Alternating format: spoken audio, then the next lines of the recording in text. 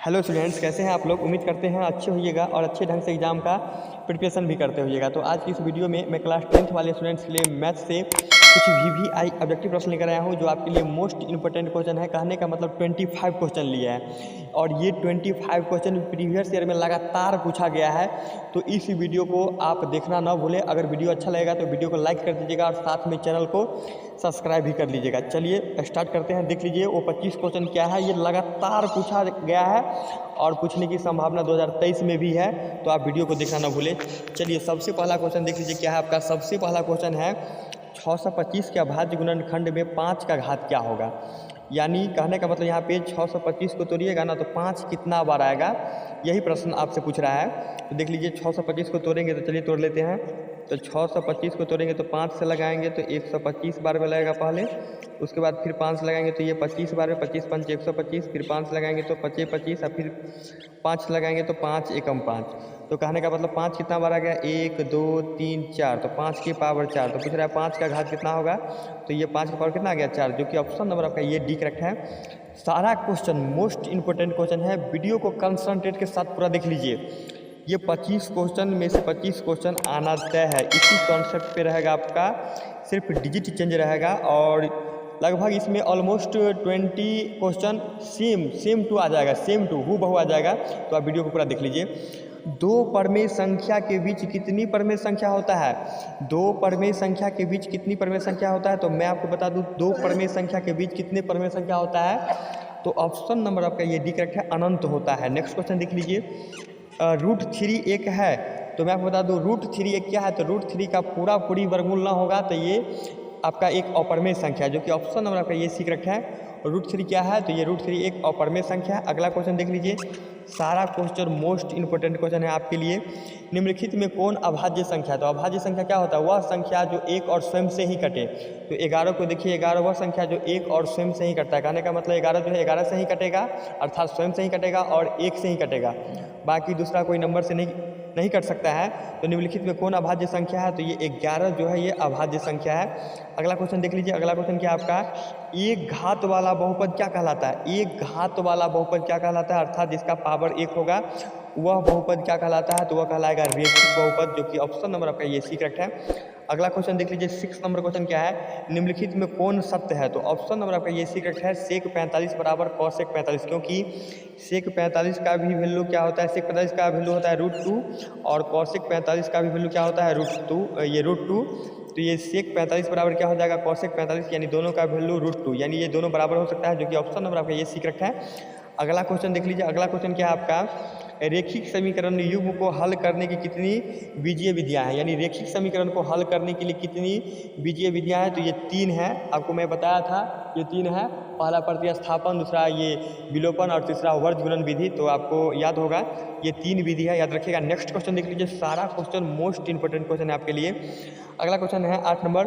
2 अंकों वाली संख्या अंकों को योग का 4 गुना है। देखिए क्या कर रहा है क्वेश्चन, 2 अंकों वाली संख्या अंकों के योग का 4 गुना है, यानी 2 अंकों वाली संख्या, यानी 2 अंकों वाली संख्या। तो मान के चलिए हम 24 लेते हैं, तो 2 अंकों वाली संख्या ये 24 है और इसका अंकों का योग का यानी इसका जोड़ का, तो ये 4 2 कितना हो जाएगा 6, और ये योग का इसका 4 गुना है, यानी 6 गुने 4 कितना हो जाएगा, ये 24 हो जाएगा। आगे पढ़िए। यदि संख्या में 18 जोड़ दिया जाए, यानी इस संख्या में 18 जोड़ दिया जाए तो अंक उलट जाती है, तो वो संख्या क्या होगा। यानी इसमें 18 जोड़िएगा तो ये क्या होता है, उलट जाता है। 24 जो है उलट जाता है, तो उल्टाएंगे तो क्या हो जाएगा, ये 42 हो जाएगा। 24 का उल्टा क्या होगा, ये 42 होगा। तो वो संख्या क्या है, तो वो संख्या 24 है, जो कि ऑप्शन नंबर आपका ये बी करेक्ट है। अगला क्वेश्चन देख लीजिए। अगला क्वेश्चन क्या आपका, tan a बराबर क्या होता है। ये तो आपका फॉर्मूला है, tan a बराबर क्या होता है, तो cot 90 - a, जो कि ऑप्शन नंबर आपका ये करेक्ट है। tan a बराबर क्या होता है, तो cot 90 - a। अगला क्वेश्चन देख लीजिए। अगला क्वेश्चन क्या है आपका, सभी समबाहु त्रिभुज क्या होते हैं, तो ये समरूप होते हैं। सभी समबाहु त्रिभुज क्या होते हैं, तो ये समरूप होते हैं। अगला क्वेश्चन देख लीजिए। 11 नंबर।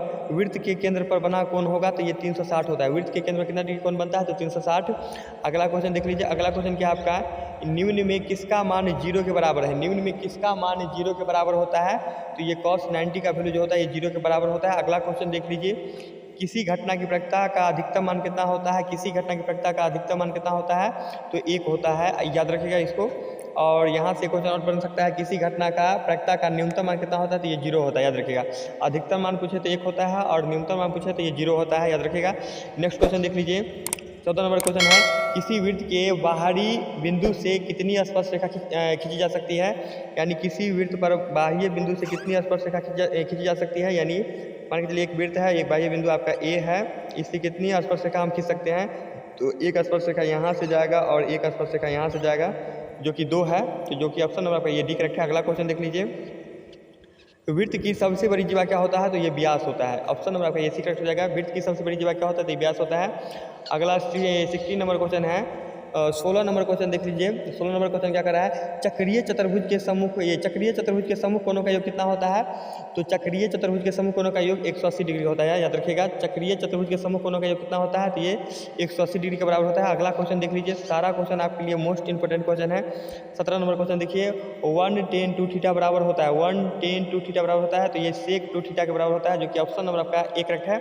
अगला क्वेश्चन देख लीजिए, अगला क्वेश्चन क्या है, माध्यक का 3 गुना और माध्य के दूना अंतर क्या कहलाता है, तो ये बहुलक कहलाता है। यानी माध्यक का 3 गुना और माध्य के दूना अंतर कहलाता है, तो ये बहुलक कहलाता है। ऑप्शन नंबर ये सी करेक्ट है। अगला क्वेश्चन देख लीजिए, अगला क्वेश्चन क्या है, प्रथम 3 सम संख्याओं का माध्य क्या होगा, तो प्रथम 3 सम संख्याओं का माध्य, तो ये सम संख्या कहाँ से स्टार्ट होगा, 2 होगा, एक 4 होगा, एक 6 होगा, तो ये तीनों को जोड़ दीजिए और जितना संख्या उतना से आप डिवाइड कर दीजिए, तो डिवाइड कर दीजिएगा तो ये 2 हो जाएगा, ये 4 हो जाएगा, ये 6 हो जाएगा। संख्या कितना है, 1 2 3, तो 3 से डिवाइड कर दीजिए, तो क्या हो जाएगा, 6 4 10 2 12 बट्टा में 3, यानी 3 चौक 12, जो कि ऑप्शन नंबर आपका ये सी करेक्ट है। अगला क्वेश्चन देख लीजिए, अगला क्वेश्चन क्या आपका, संचय बारंबारता का वक्र क्या कहलाता है, तो ये त्वरण कहलाता है, याद रखिएगा। संचय बारंबारता का वक्र क्या कहलाता है, तो ये त्वरण कहलाता है।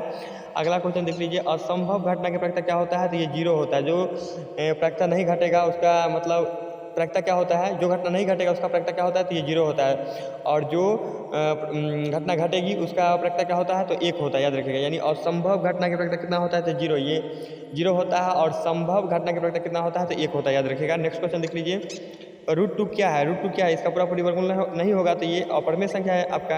नेक्स्ट क्वेश्चन देख लीजिए, 2 अंक वाली कितनी संख्या 3 से विभाज्य है, 2 अंक वाली कितनी संख्या ये 3 से विभाज्य है, यानी 2 अंक वाली संख्या कहाँ से स्टार्ट होगा, तो ये 10 से स्टार्ट होगा और कहाँ तक जाएगा, तो 99 तक, और 100 को लिखिएगा तो ये 3 अंक वाली हो जाएगा। तो ये नहीं 2 अंक वाली कितनी संख्या 3 से विभाज्य है, तो आप क्या कीजिए 99 में क्या कीजिए, ये 99 में 3 से डिवाइड कर दीजिए, तो ये हो जाएगा 33 या 99, 33 से कितना हो जाएगा 99, तो इसका फल रहा 0, तो 33 में से आप 3 के घटा लीजिए, तो क्या हो जाएगा ये 30, जो कि ऑप्शन नंबर आपका ये सी करेक्ट है। अगला क्वेश्चन देख लीजिए, 2 समरूप त्रिभुज की भुजाओं का अनुपात 4:9 है, तो उनके क्षेत्रफल का अनुपात क्या होगा, तो इसका स्क्वायर कर दीजिए, तो 4 चौका 16 और ये 16 रेशियो 981 हो जाएगा, जो कि ऑप्शन नंबर का ये भी करेक्ट है।